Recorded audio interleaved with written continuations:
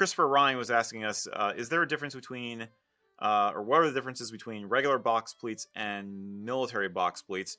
He was about to get a USMC tartan kilt, and so it got him thinking about military-style kilts versus regular kilts, if there is any kind of a difference. But how do military box pleats work? Is it a thing? Yes. A military box pleat it is still a box pleat. It is a type of box pleat. A box pleat just basically means that the pleat has two knife edges.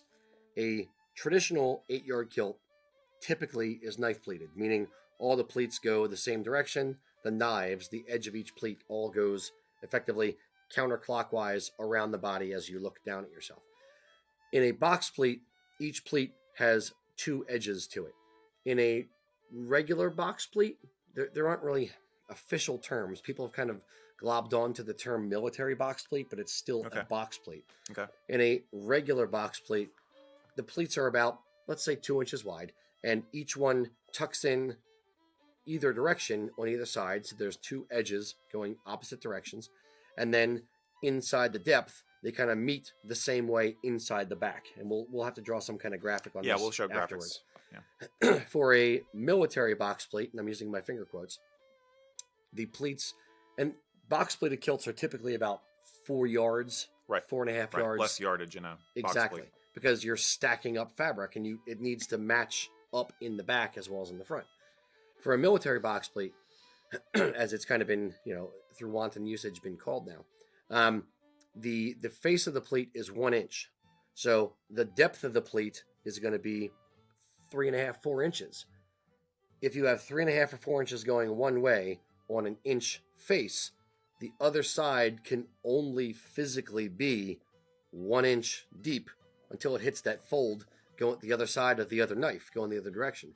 So the pleats go both directions, but one side is 1 inch deep, the other side is, let's say 3 inches deep.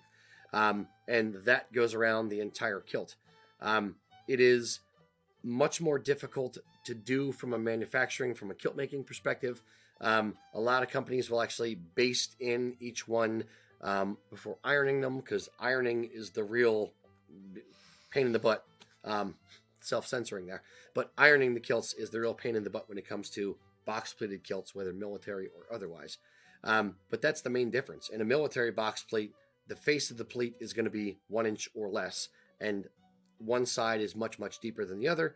In a regular 4-yard box pleat kilt, the pleats are going to be about 2 inches wide, and both depths are effectively the same, and they just basically touch in the middle of the back. They don't overlap, really. Okay. Mac, do you have anything to add to that from a kilt maker perspective? No, I was looking at the old graphic that we used to have, and I don't know if we'll use that one or another one. Yeah, it's just...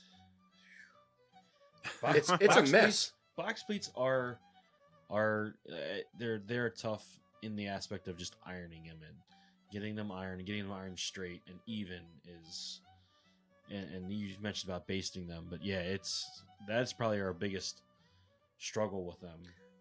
And the biggest, even bigger than that, looking beyond the actual manufacturing, the bigger problem that the owner has is when you go to get that cleaned, the dry cleaner will screw it up.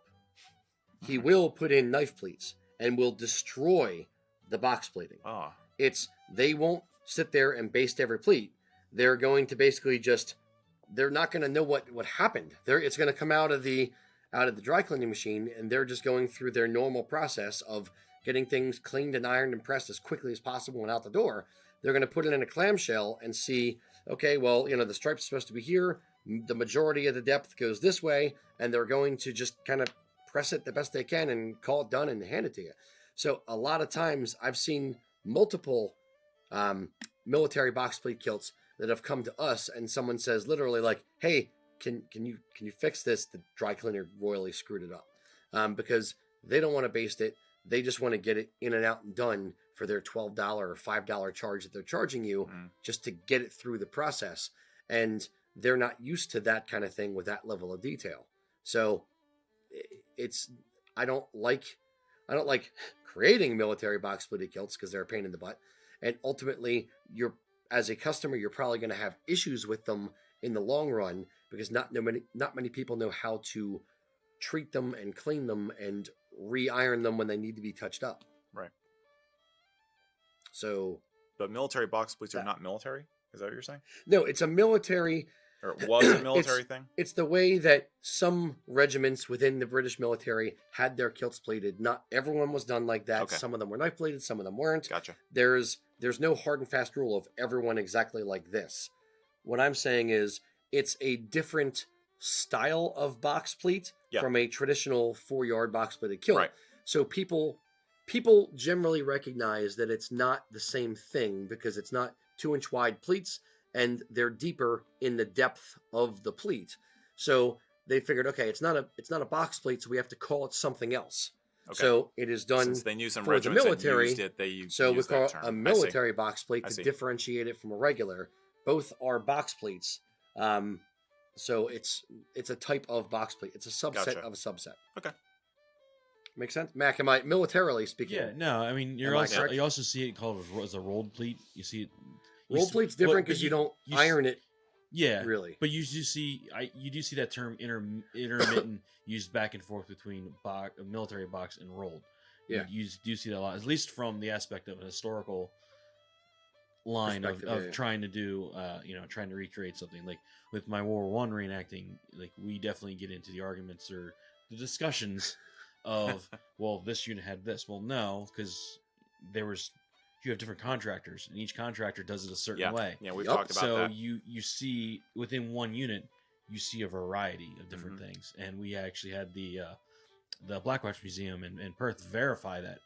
We were able to talk to one of the curators there, and it was, he said, I got 3 kilts from the same unit, all the same time period, and all 3 of them were different. Mm-hmm. That's the level of detail we provide you. Is actually calling the Black Watch Museum, getting a hold of the curator, and verifying the information independently. God, they hate us so much correct. now. Man. Yes. Oh, that's the USA Kilts guys again. Yeah. Lose our number, buddy. No.